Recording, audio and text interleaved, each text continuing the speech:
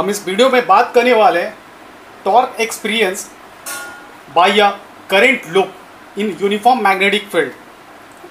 किसी uniform magnetic field के across अगर हम किसी लूप को रखें, जैसे कि यहाँ पे रखा गया ABCD, ये एक रेक्टेंगल लूप है। इस रेक्टेंगल लूप के थ्रू हम करंट I को फ्लो कर रहे हैं और ये रेक्टेंगल लूप रखा हुआ है दो मैग्नेट पोल के बीच में। दैट मीन्स ये नॉर्थ पोल है, ये साउथ पोल है। तो जो मैग्नेटिक फील्ड है वो नॉर्थ पोल से साउथ पोल यूनिफॉर्मली वो फ्लो हो रहे, जिसके वजह से मैग्नेटिक फील्ड का डायरेक्शन हमें north pole to south pole मिलता है। और इस डायरेक्शन में ABCD, इस डायरेक्शन में हमारे यहाँ पे करंट का जो फ्लो हो रहा है। ये रेक्टेंगल लूप, इसका लेंथ हम B ले रहे और ब्रेथ हम A ले रहे। ओके, जब हम इस रेक्टेंगल लूप को किसी मैग्नेटिक फील्ड पे प्लेस कर रहे हैं, ठीक है, और इस रेक्टेंगल लूप के थ्रू करंट अगर पास हो रहा है, हम यहाँ पे देखें करंट का डायरेक्शन A टू B है, तो यहाँ पे करंट का direction A to B, B to C, C to D and D to A है। यहाँ पे ये जो गैप है, ये गैप एक्चुअल में एक्सपेरिमेंटली बहुत कम होता है। इतना कम होता है कि हम BC इक्वल टू AD लिख सकते हैं। तो जब यहाँ से करंट फ्लो होगा इस डायरेक्शन से, तो इसके अप्रॉक्सीमेट हम राइट हैंड थंब रूल से ये पता लगा सकते हैं कि ये जो कंडक्टर है जिसे मैग्नेटिक फील्ड पे प्लेस किए हैं, ये कंडक्टर एक्सपीरियंस करेगा एक फोर्स। जब करंट यहाँ से इस लूप में फ्लो होगा, ठीक है, तो अब ये बन गया एक ऐसा कंडक्टर जिस पे चार्ज जो फ्लो हो रहा। और कभी भी हम चार्ज फ्लो वाले कंडक्टर को मैग्नेटिक फील्ड पे रखते हैं तो वो फोर्स एक्सपीरियंस करता है। अब मान लेते हैं कि इस टॉप से हम इस सेटअप को देख रहे हैं, तो यहाँ से हम सेटअप को देखेंगे तो ये सेटअप का जो पार्ट है ये वाला पार्ट ही हमें दिखेगा। ओके, तो अभी इस सेटअप को हम यहाँ से इस टॉप से देख रहे हैं, तो हमें ये सेटअप पहले ऐसा था, अब ये सेटअप हमें टॉप से देखेंगे तो हम कुछ ऐसा देख पाएंगे, जिसमें BC ये आर्म है BC, जिसको मैंने यहाँ पे दिखाया। अब देखिए करंट इस डायरेक्शन में फ्लो हो रहा है, मैग्नेटिक फील्ड इस डायरेक्शन में, तो यहाँ से आप राइट हैंड थंब रूल से आप पता लगा सकते हैं कि इस पे जो फोर्स होगा वो किस डायरेक्शन में होगा। तो इस केस में जो फोर्स होगा वो कुछ इस डायरेक्शन में फोर्स होगा, इस डायरेक्शन में। तो इस आर्म पे जो फोर्स लगेगा वो इस डायरेक्शन में होगा। ये आप राइट हैंड थंब रूल से पता लगा सकते हैं कि ये पार्ट पे फोर्स लगेगा इस डायरेक्शन में और इस पार्ट पे फोर्स लगेगा इस डायरेक्शन में। तो जिसके वजह से ये जो रेक्टेंगल लूप है ये कुछ इस तरह से मूव होगा। अब करंट इस आर्म पे भी फ्लो हो रहा है, जिसे हमने BC दिया और AD दिया, इस आर्म पे भी करंट फ्लो हो रहा है। यहाँ पे करंट और मैग्नेटिक फील्ड दोनों का डायरेक्शन पैरेलल है। इस आर्म पे मैग्नेटिक फील्ड भी इस डायरेक्शन में, करंट भी इस डायरेक्शन में, जिसकी वजह से वो इफेक्ट जो है वो कैंसल आउट होंगे और हमें एक नेट टॉर्क मिलेगा। नेट टॉर्क दैट मीन्स यहाँ पे इस आर्म पे जो फोर्स लग रहा है वो फोर्स का डायरेक्शन इस डायरेक्शन में है और इस आर्म पे जो फोर्स लग रहा है उसका डायरेक्शन इस डायरेक्शन में है, जिसके वजह से हमें एक टॉर्क मिलेगा और उस टॉर्क को एक फोर्स मिलेगा, जिसे हम बोल सकते हैं कि एक फोर्स मिलेगा। तो मान लेते हैं कि जो फर्स्ट आर्म है, मतलब जो इस आर्म पे फोर्स लग रहा है वो अपवर्ड डायरेक्शन में लग रहा है कुछ इस तरह से, और इस आर्म पे जो फोर्स लग रहा है वो डाउनवर्ड डायरेक्शन में लग रहा है कुछ इस डायरेक्शन में। तो हम इसे यहाँ पे लिखे, इस फोर्स को हमने F1 लिखा जो AB आर्म पे लग रहा, और जो CD आर्म पे लग रहा उसे हम F2 लिख रहे हैं। ओके, ये कब हो हम कैलकुलेट कर पा रहे, जब हम इस सेटअप को टॉप व्यू से देख रहे हैं। तो ये वाला जो आर्म है इस पे इस डायरेक्शन में फोर्स लग रहा है, ओके, और इस वाले आर्म पे इस डायरेक्शन में फोर्स लग रहा है। तो ये डायरेक्शन वाले फोर्स को हमने F1 लिखा है और इस डायरेक्शन वाले फोर्स को हमने F2 लिखा है। बट यहाँ पे जो BC है इस आर्म पे कोई फोर्स नहीं लग रहा है, क्योंकि BC इस डायरेक्शन में करंट है और आप देखो मैग्नेटिक फील्ड का भी जो डायरेक्शन हम लिए हैं वो उसी डायरेक्शन में है। तो यहाँ पे एंगल 0 डिग्री बनेगा और इस केस में एंगल 180 डिग्री बनेगा। तो दोनों केस में फोर्स जो है वो कैंसल आउट हो जाएगा। हमें पता है कि किसी भी कंडक्टर को जिसमें करंट फ्लो हो रहा है, उस कंडक्टर को अगर हम मैग्नेटिक फील्ड पे प्लेस करेंगे तो उस पर फोर्स एक्सपीरियंस होगा, और वही फोर्स यहाँ पे F1 और F2 है, दोनों का मैग्नीट्यूड सेम है। तो हम F1 इक्वल टू F2 लिख सकते हैं, जो कि इक्वल होता है IL B साइन थीटा के। यहाँ पे हमने देखा है कि जो फोर्स है, ये फोर्स और ये एंगल, ये है 90 डिग्री, ये फोर्स और ये एंगल है 90 डिग्री। मैग्नेटिक फील्ड का डायरेक्शन इस डायरेक्शन में, करंट का फ्लो इस डायरेक्शन में। तो यहाँ पे ये फॉर्मूला इन दोनों, ये दोनों अगर इक्वल है तो मैं इन दोनों को F लिखूँ तो ये हो जाएगा ILB, अगर जो थीटा है वो होगा इक्वल टू 90 डिग्री।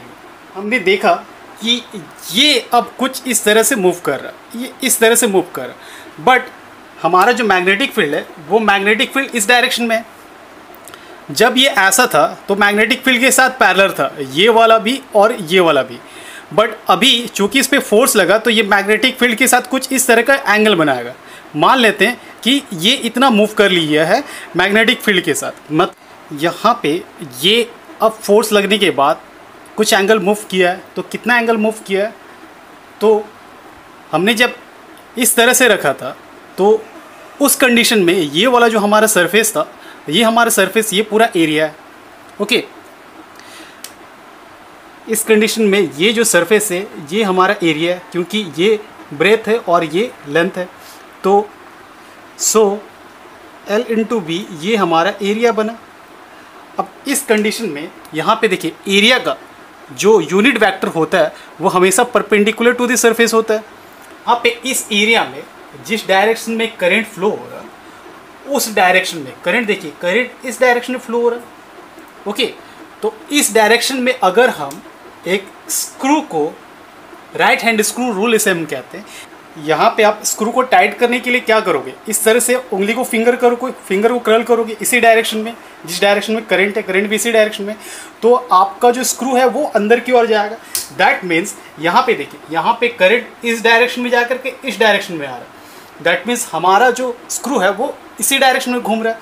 तो अब इस एरिया का एरिया वेक्टर ये होगा डाउनवर्ड, इस तरह से ये डाउनवर्ड जाएगा। ठीक है, तो यहाँ पे ये हमारा सरफेस है, इस सरफेस पे एरिया वेक्टर कहाँ जाएगा, इस तरह से ये डाउनवर्ड जाएगा।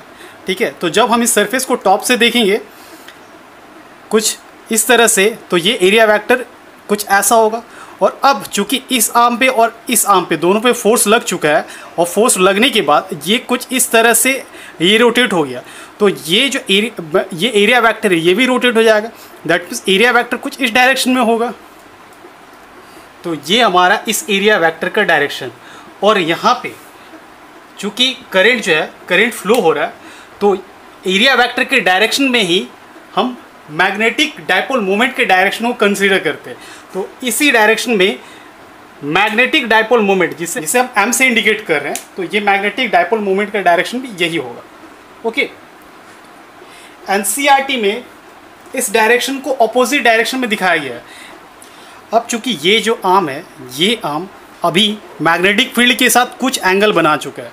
ओके, ये हमारा मैग्नेटिक फील्ड है और ये हमारा आर्म है, इसके साथ मान लेते हैं ये θ1 और ये मान लेते हैं ये भी θ1, ये θ1 का एंगल ये बना चुका है। तो यहाँ पे अब तो ये 0 डिग्री नहीं रहा, तो ये फोर्स एक्सपीरियंस करेगा।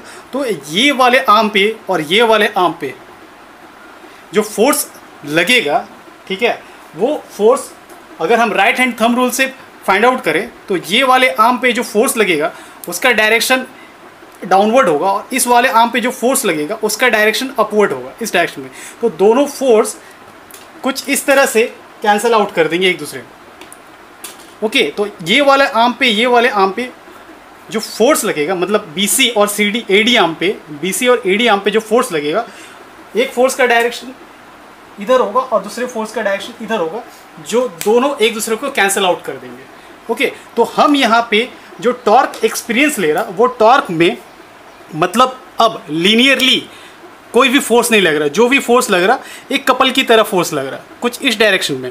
तो यहाँ पे एक एसोसिएट होगा टॉर्क। अब वो टॉर्क सिर्फ इसी आर्म पे, सिर्फ इस आर्म पे, ये AB और CD आर्म पे ही लगेगा। ओके, तो ये कुछ इस तरह से रोटेट होगा। अब ये इस तरह से रोटेट हो रहा, तो हम ये जो BC आर्म को कंसिडर किए हैं, सो यहाँ पे ये अगर A/2 है और ये वाला आर्म भी A/2 है।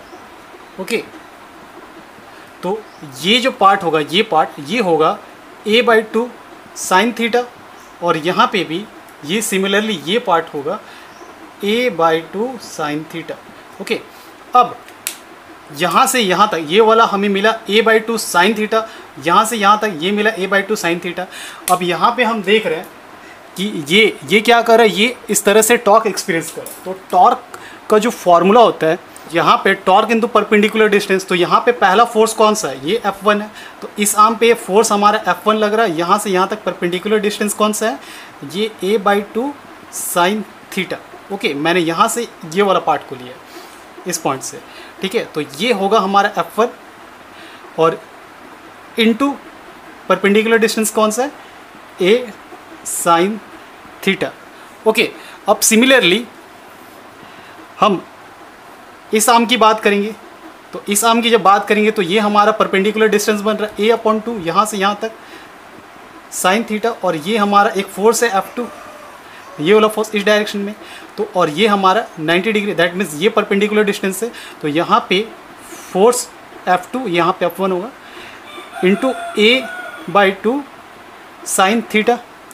ओके, आगे जब F1 और F2 इन दोनों का मैग्नीट्यूड क्या है, ये तो सेम ही है, तो दोनों को मैं F लिख रहा हूँ, मतलब F1 = F2 = F, ये लिख रहा हूँ। तो यहाँ पे होगा F2F a, ये हो जाएगा sin थीटा अपॉन 2, ये 2 कैंसिल, यहाँ पे बचेगा FA sin थीटा।